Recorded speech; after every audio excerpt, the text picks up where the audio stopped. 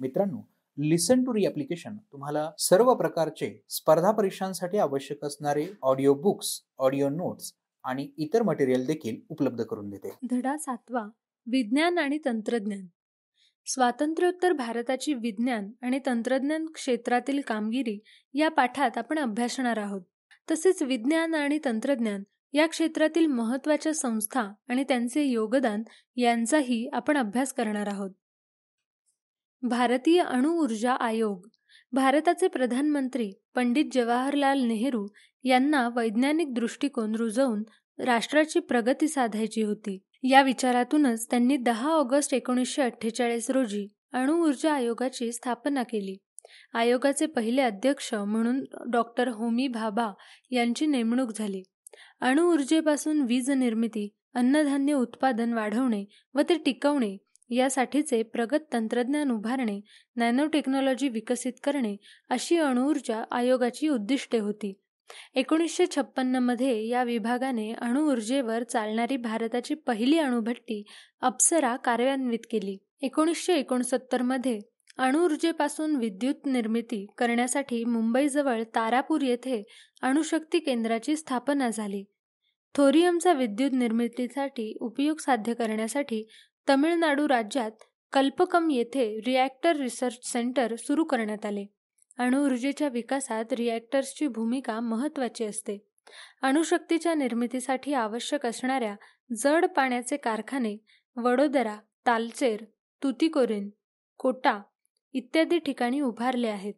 अणुभट्ट्यांसाठी जड पाण्याचे देशांतर्गत मोठ्या प्रमाणावर उत्पादन आणि संशोधन करण्यासाठी हेवी वॉटर प्रोजेक्ट्स या संस्थेची उभारणी करण्यात आली. पुढे याच संस्थेने हेवी वॉटर बोर्ड असे नामकरण झाले.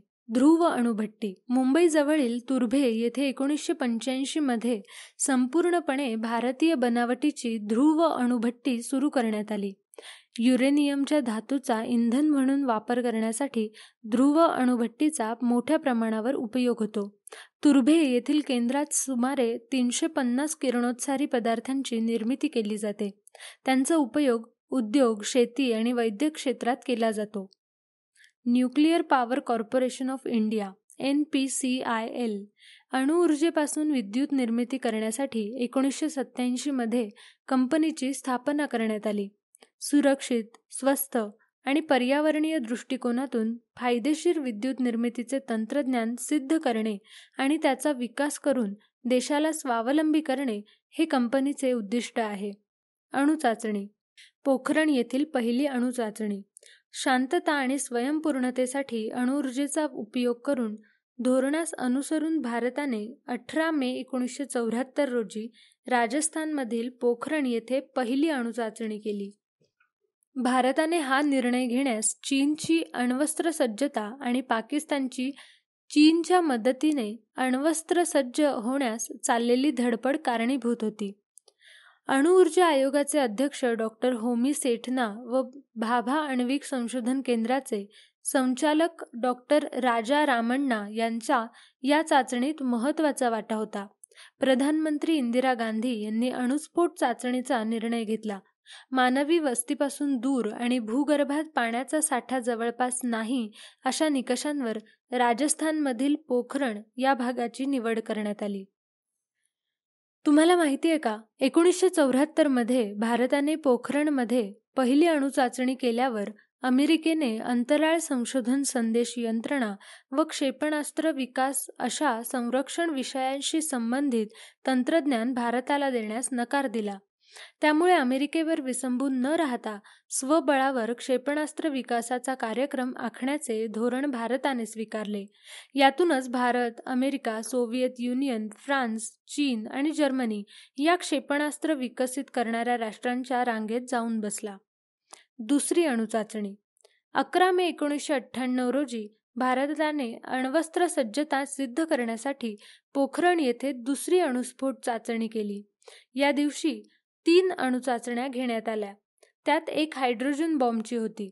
प्रधानमंत्री अटल बिहारी वाजपेयी यांनी भारताकडून अण्वस्त्रांचा प्रथम वापर केला जाणार नाही अशी ग्वाही दिली. मात्र अमेरिकेने भारतावर तात्काळ आर्थिक निर्बंध लादले. क्षेपणास्त्र विकास. पृथ्वी 1988 मध्ये पृथ्वी क्षेपणास्त्राची आणि 1989 मध्ये अग्नी क्षेपणास्त्राची यशस्वी चाचणी झाली. जगाने भारताच्या आण्विक क्षेपणास्त्र विकासाच्या कार्यक्रमाची दखल घेतली. Integrated guided missile development programme IGMDP या अंतर्गत हा क्षेपणास्त्र विकासाचा कार्यक्रम हाती घेण्यात आला. त्यानुसार संरक्षण संशोधन आणि विकास संस्था DRDO या संस्थेने क्षेपणास्त्र निर्मितीला सुरुवात केली. डॉक्टर APJ अब्दुल कलाम यांच्या नेतृत्वाखाली या गोष्टी साध्य झाल्या. पृथ्वी 1 हे जमिनीवरून जमिनीवर मारा करणारे क्षेपणास्त्र पायदळाकडे, पृथ्वी 2 वायुदलाकडे, पृथ्वी 3 नौदलाकडे सोपवण्यात आले. पृथ्वी क्षेपणास्त्राची 500 ते 1000 किलो आण्विक विस्फोटके वाहून नेण्याची क्षमता होती. आमचे असेच ऑडिओ लेक्चर ऐकत राहण्यासाठी तुम्ही या ऑडिओ सोबतच्या लिंकवर क्लिक करून प्ले स्टोअरवरून आपले ॲप्लिकेशन डाउनलोड करू शकता. न्यूक्लिअर बॅलिस्टिक मिसाईलद्वारे 150 ते 300 किलोमीटर अंतरापर्यंतचा पल्ला साधणे पृथ्वी या क्षेपणास्त्राला शक्य झाले. तुम्हाला माहिती आहे का, भारत सरकारच्या संरक्षण विभागाअंतर्गत 1958 साली संरक्षण संशोधन आणि विकास संस्था DRDO याची स्थापना झाली. संरक्षणाची साधनं, उपकरणं आणि शस्त्रास्त्रे या बाबतीत देशाला स्वावलंबी बनवणे हा या संस्थेचा उद्देश होता. 1983 नंतर डॉक्टर APJ अब्दुल कलाम यांच्या नेतृत्वाखाली या संस्थेने अनेक क्षेपणास्त्र विकसित केली. क्षेपणास्त्र निर्मितीत डॉक्टर कलाम यांना मोठे योगदान दिले आहे. डॉक्टर कलाम यांना क्षेपणास्त्र कार्यक्रमाचे जनक तसेच मिसाईल मॅन म्हटले जाते. अग्नी.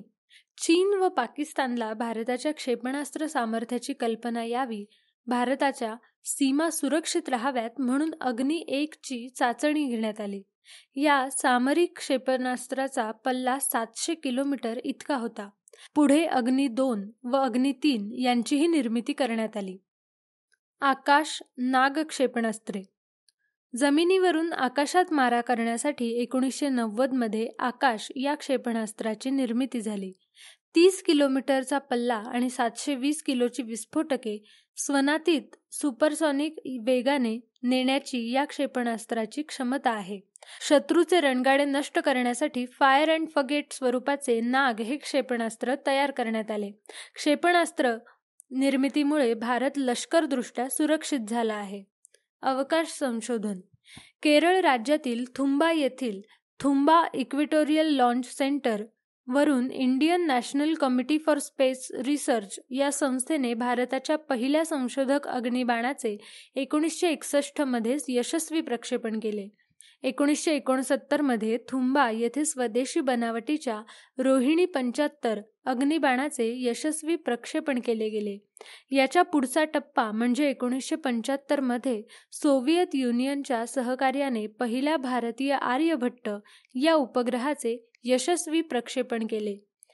या यशामुळे अंतरिक्षात सोडण्याजोग्या उपग्रहाची संरचना आणि निर्मिती देशात होऊ शकते हे सिद्ध झाले. भूकेंद्राकडून उपग्रहाकडे संदेश पाठवणे, उपग्रहाकडून आलेल्या संदेशाचे भूकेंद्रावर ग्रहण करणे हे तंत्रज्ञान विकसित करण्यासाठी व उपग्रहाच्या कार्यशैलीचे मूल्यमापन करण्यासाठी उच्च तंत्रज्ञान अवगत होऊ शकते असा आत्मविश्वास भारतीय शास्त्रज्ञांना आला. ISRO, Indian space research organisation, अवकाश संशोधनातील पायाभूत कार्यक्रम व अग्निबाणासंबंधित यशस्वी उपक्रम साध्य केल्यावर अवकाश क्षेत्रात अधिक संशोधन करण्यासाठी 15 ऑगस्ट 1969 रोजी इस्रोची स्थापना करण्यात आली.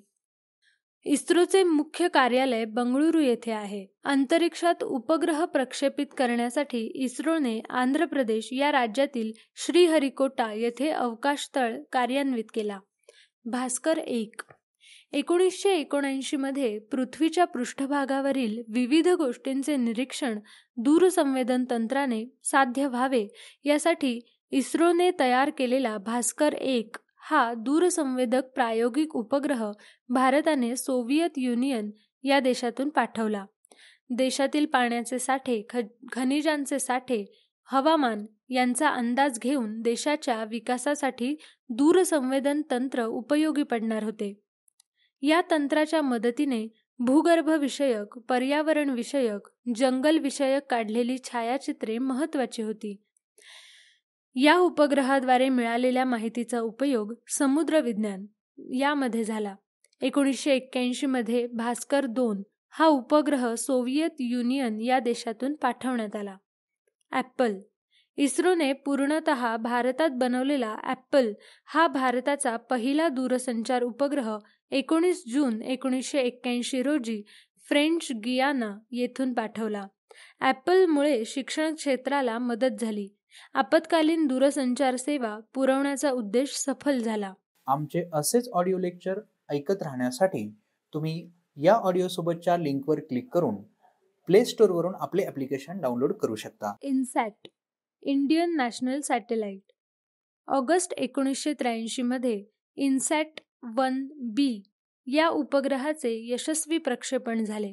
यामुळे भारताच्या दूरसंचार, दूरदर्शन, आकाशवाणी, हवामानाचा अंदाज वर्तवणे आणि अंतरिक्ष विभाग या क्षेत्रात क्रांती घडवून आली. इन्सॅटमुळे देशभरातील 207 आकाशवाणी केंद्रे एकमेकांना जोडता आली.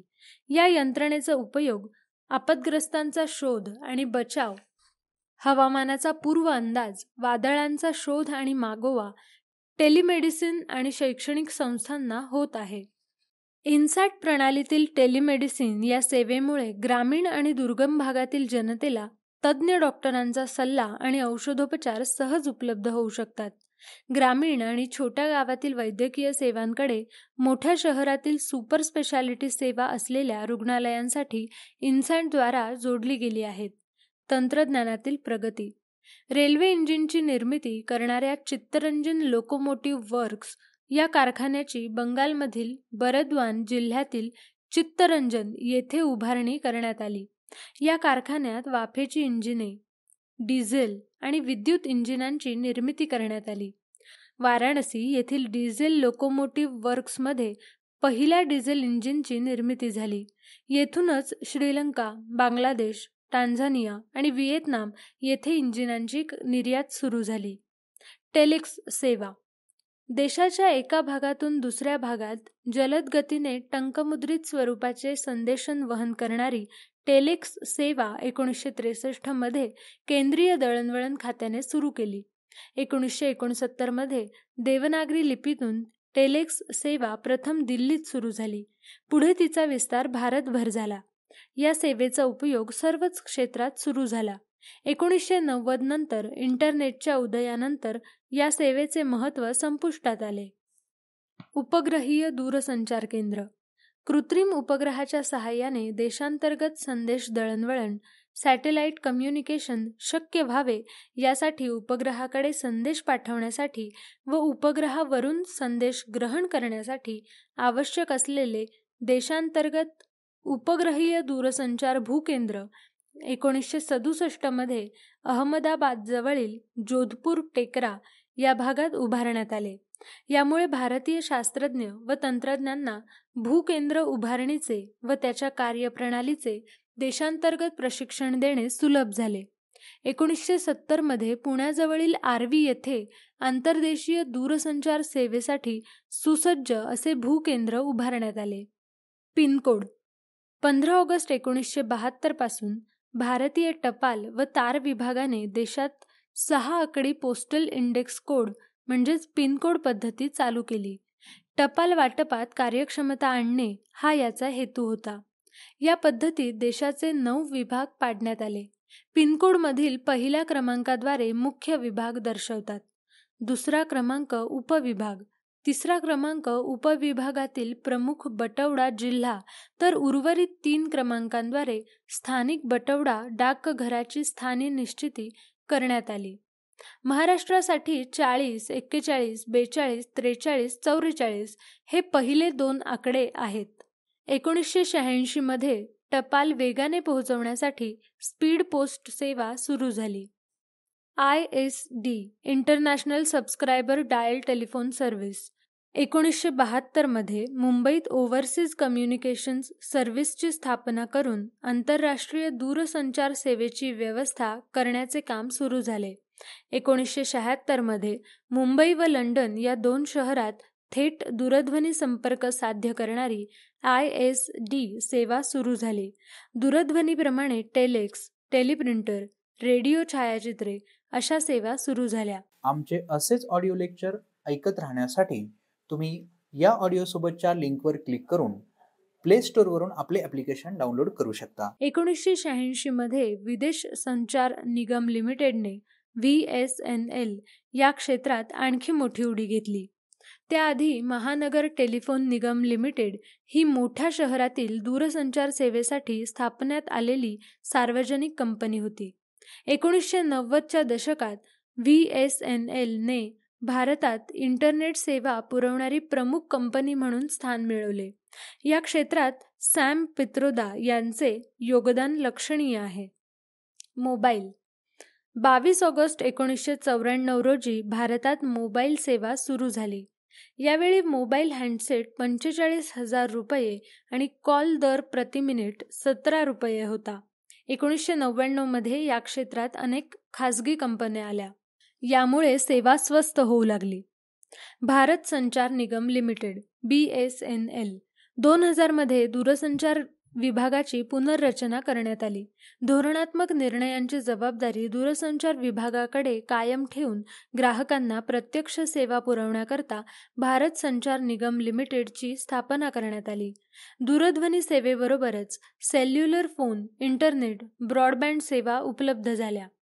Oil and natural gas commission ONGC खनिज तेल व नैसर्गिक वायूच्या साठ्यांचा शोध घेणे, त्यांचे उत्पादन वाढवणे यासाठी 1956 मध्ये खनिज तेल आणि नैसर्गिक वायू आयोग म्हणजेच oil and natural gas commission याची स्थापना झाली. आसाम राज्यातील दिग्बोई नंतर गुजरातमधील अंकलेश्वर परिसरात खनिज तेल साठे सापडले. पुढे गुजरातमधील खंबायतच्या आखातात खनिज तेल आणि नैसर्गिक वायूचे साठे सापडले. खनिज तेल व नैसर्गिक वायू आयोगाने 1974 मध्ये सागर सम्राट या ड्रिल शिपद्वारे बॉम्बे हाय परिसरात रशियन संशोधकांच्या मदतीने तेल विहीर खोदण्यास प्रारंभ केला. येथे 1975 पासून खनिज तेल आणि नैसर्गिक वायू मिळण्यास सुरुवात झाली. पुढे या भागात 8,500 पेक्षा जास्त तेल विहिरी आणि नैसर्गिक वायूच्या 33 विहिरी खणण्यात आल्या. त्यामुळे भारतातील खनिज तेलाच्या एकूण उत्पादनात या क्षेत्राचा वाटा 38% पोहोचला. तर देशाच्या खनिज तेलाच्या एकूण गरजेपैकी 14% गरज या क्षेत्रामुळे पूर्ण झाली. तुम्हाला माहिती आहे का, श्रीधरन हे मेट्रोमॅन या टोपण नावाने प्रसिद्ध आहेत. दिल्ली मेट्रो आणि कोकण रेल्वे ही त्यांची अजोड कामगिरी आहे. कोकण रेल्वे 1998 मध्ये कोकण रेल्वे सुरू झाली. सुमारे 760 किलोमीटर लांबीच्या गोवा, कर्नाटक, केरळ, महाराष्ट्र या 4 राज्यात पसरलेल्या कोकण रेल्वे मार्गावर तंत्रज्ञानाचे अनेक विक्रम आहेत. या मार्गावर एकूण 12 बोगदे आहेत. या मार्गावरील कारबुडे येथील 6.5 किलोमीटर लांबीचा हा बोगदा सर्वात मोठा बोगदा आहे. 179 मोठे आणि 1819 छोटे पूल या मार्गांवर आहेत. त्यापैकी होनावर जवळील शरावती नदीवरील 2065.8 मीटर लांबीचा पूल सर्वात मोठा आहे. रत्नागिरी जवळील पनवल नदीवरील 64 मीटर उंचीचा पूल सर्वात उंच पूल आहे. दरडी कोसळणाऱ्या मार्गावर इंजिनांमध्ये सेन्सर्स बसवण्यात आले आहेत. रेल्वे आणि तंत्रज्ञान. आधुनिक भारताच्या इतिहासात रेल्वेने अंगीकारलेल्या तंत्रज्ञानाचा फार मोठा वाटा आहे.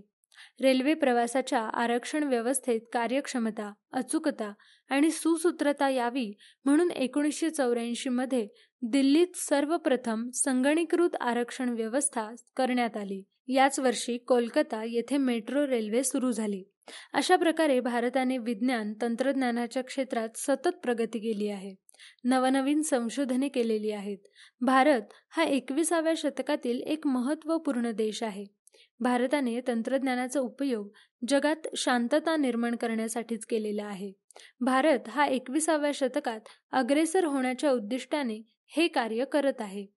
पुढील पाठात आपण भारताने उद्योग आणि व्यापार या क्षेत्रात केलेल्या प्रगतीविषयी माहिती घेणार आहोत. लिसन टू ॲप्लिकेशन तुम्हाला सर्व स्पर्धा परीक्षांसाठी आवश्यक असणारी ऑडिओ नोट्स, ऑडिओ बुक्स आणि इतर मटेरियल देखील उपलब्ध करून देते. चला तर मित्रांनो, भेटूयात पुढच्या लेक्चरमध्ये. तोपर्यंत धन्यवाद.